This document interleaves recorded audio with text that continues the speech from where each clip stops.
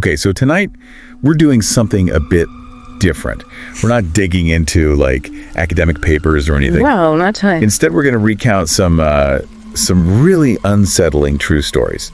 These come from the YouTube channel Whispered Diaries. Right, specifically from their video 3, Terrifying True Nighttime Horror Stories, Volume 2. Exactly. These are people's actual experiences. We're going to sort of follow along with them, feel that unease, that late night fear. There really is something about the dark, isn't there? It just changes things. Makes you feel more exposed. It really does. So we've got 3 stories lined up, each one pretty distinct, pretty chilling. And they capture that feeling perfectly when somewhere familiar suddenly feels very, very wrong. Okay, let's get into the first one. This involves a 16-year-old. She's working alone, closing up a small coffee shop. It stays open late till 11 p.m. Working alone late at night at 16. That's already a vulnerable situation. Definitely. And there's this regular customer, a guy named Owen. He had this predictable routine. He'd show up around 10 p.m., grab a small coffee, sit with his laptop for maybe like 15, 20 minutes, then leave. So pretty standard stuff initially. Yeah, they'd exchange a bit of small talk apparently, but she, kept things professional, didn't share personal details. Smart. Very smart. That routine probably felt safe, almost. Yeah. Something expected. Right. Until it wasn't. Things started to shift with Owen. Uh-oh. How so? Well, one night he makes this really inappropriate compliment. It just immediately put her on edge. I can imagine, especially being the only one there. Exactly. That was the key. She was the only closer on her shifts.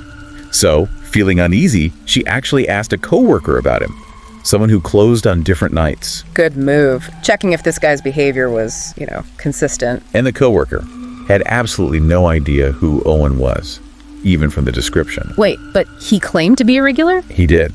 Said he came in every weekday before his overnight shift, but turns out he only ever showed up on the nights this girl was working alone. Okay, that's a huge red flag. That's targeted. Totally. So, the coworker leaves at 9. The narrator's alone for the last 2 hours, feeling increasingly worried. And then something happens in the back room. The storage room? Yeah, the back storage room. Yep. The bell on the front door jingles. She goes to check, thinking it's a customer, but no one's there.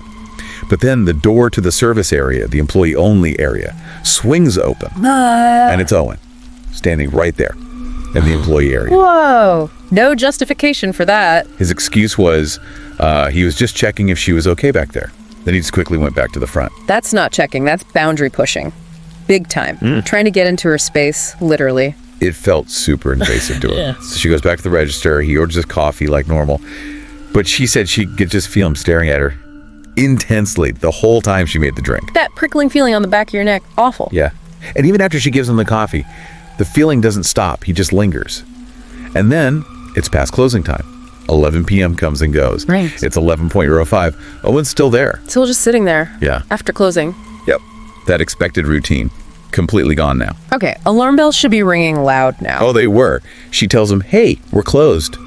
And to his credit, he does get up and leave, but he doesn't go anywhere. He just waits outside, right by the door. Well, come on. That's deliberate intimidation. She locks up, and he's standing right there, like way too close for comfort. She mutters, have a good night, basically runs to her car, feels this huge wave of relief driving away. I bet. Escape. But it doesn't last. A few minutes down the road, headlights pop up behind her. Oh, no. A car starts following her, turn after turn, even follows her right into her own neighborhood. Okay, this is full-on stalking now. Terrifying. She's panicking, obviously. Starts driving randomly, just trying to lose him, calls the police. Gives them the car description. Smart. Very smart move. What did they say? They told her to keep driving, stay on the phone, an officer was on the way. And then suddenly, the car behind her just speeds off, disappears. Maybe saw her on the phone. Or just decided. Who knows? But the relief is huge until she gets home. What happened when she got home? There's a police car waiting, what they said. But right behind it is Owen's car, parked right there. In front of her house. He knew where she lived. He knew where she lived. The realization just hits her like ice water. She truly believed, and still does, that if she hadn't called the cops right then, Yeah. she might have been grabbed, or worse.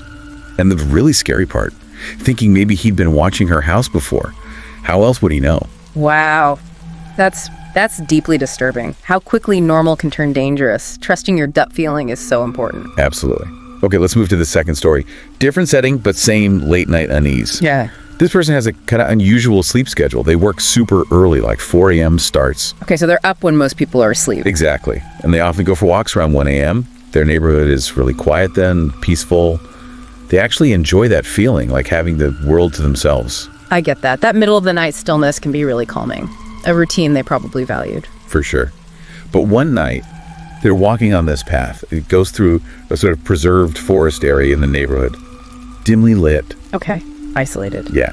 And way down the path, they see someone, a figure, just sitting on a bench. At 1 a.m. on a dark path. A bit unusual, maybe. Initially, they just figured, okay, someone resting. Yeah. But as they get closer, the figure doesn't move, just stays seated. Still. So the narrator walks past the bench. Yeah. As they do, the person looks up, offers a smile. But it wasn't friendly. How so? Just wasn't reciprocated by the narrator. It fell off. Yeah. And the person just kept staring. Silently. Made them feel really uncomfortable. That nonverbal stuff can be louder than words sometimes. That intense stare in the dark. And creepy. Definitely creepy. And just a moment later, rounding a corner up ahead, another man appears, walking towards the narrator. Oh, okay, so now there are two. Right. And almost immediately, the guy from the bench, he stands up too and starts walking towards the narrator from behind. Whoa. Pincer movement, basically. That feels like a setup. That's exactly what the narrator thought. Suddenly felt trapped. They made a split-second decision, veered right off the path, straight into the trees beside it. Good instinct. Avoid the bottleneck. Absolutely. It felt like the only option. And their fear was confirmed instantly. How? They heard footsteps behind them from both men. Picking up pace, they were being followed, maybe chased, into the woods. Oh, wow. Okay, adrenaline must be pumping. Totally. They just ran through the trees, not looking back till they felt they put some distance between them, finally stopped to catch their breath. Did they see them? They looked back towards the path and saw both men, standing right at the edge of the trees, just looking into the forest in their direction. Looking for them. Confirms they were together. Confirms the intent wasn't good. No doubt about it. They felt certain the two were working together, likely planning, well, something bad. That's incredibly scary. Did they get home? Okay. Yeah, they managed to get home safely, shaken up, but okay. Went to work as usual. They actually hesitated to call the police at first. Why? Because nothing actually happened. Sort of. Lack of hard proof, maybe feeling unsure. But the more they thought about it, those two men, waiting, watching from the path edge, the more wrong it felt. So they did eventually report it. Good. Even if it feels uncertain, reporting suspicious stuff is important. And here's the really chilling part.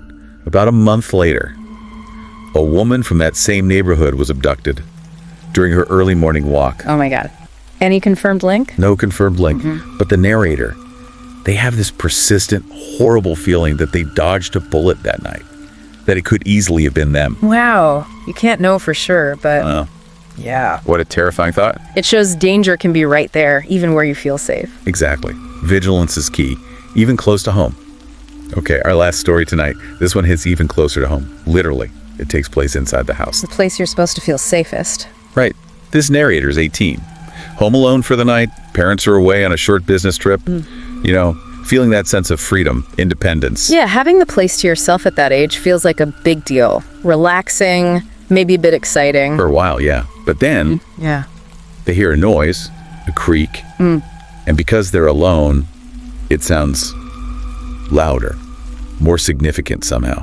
Every little sound gets amplified when you're alone, especially at night. Your senses are on high alert. Totally. They try to brush it off, put the TV on, distract themselves, but they can't shake this horrible feeling like someone is standing right behind them. Ooh, that specific feeling is awful, even if you know it's probably just nerves. They said they whipped around multiple times. Quick turns. Just empty room. Nothing but the TV flickering. Still, that feeling persists. Deep anxiety setting in. Yeah, after about an hour of this, the anxiety is really getting to them. They decide, okay, I need to just check the house, prove to myself no one's here. Take control of the fear, makes sense. So they go upstairs, methodically check all the bedrooms, closets, nothing. Everything seems totally normal.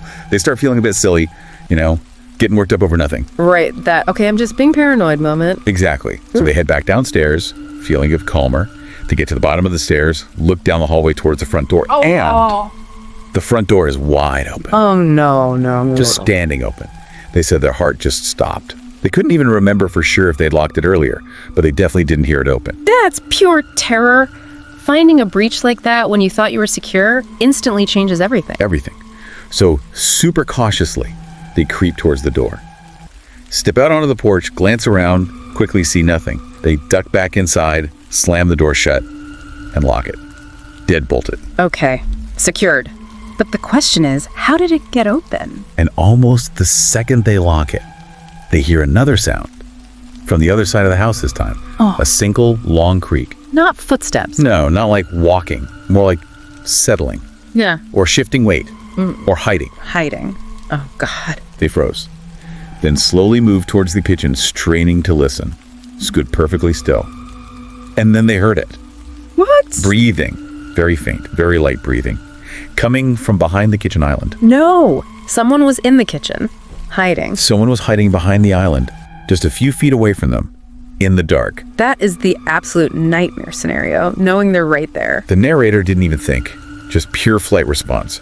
Ran straight back to the front door, unlocked it, bolted out of the house, and ran down the street calling 911. Smartest possible move. Get out. Get help. Police arrived quickly, cleared the house, Yeah. found nobody inside. Nobody. But the breathing, the door. But they found clear evidence someone had been inside.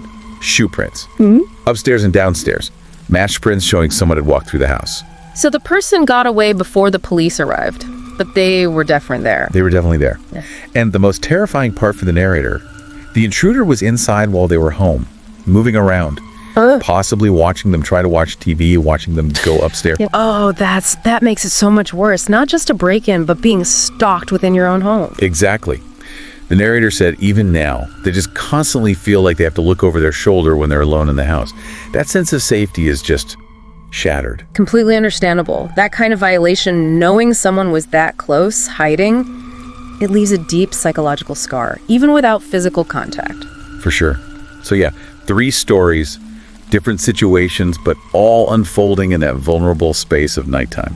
Unexpected threats, familiar places turning scary, and that lasting feeling of unease. These really show how thin that veil of safety can feel sometimes, right? Absolutely. They're powerful reminders to stay aware, trust your instincts, even at home, even on a quiet street. Well, thank you for listening along with us as we recounted these pretty chilling experiences. Yeah, stay safe out there. Definitely. And if you found these stories compelling or just want to hear more unsettling accounts, please do like this, share it with someone who enjoys true horror, and subscribe to the Horror Docs channel. We appreciate the support.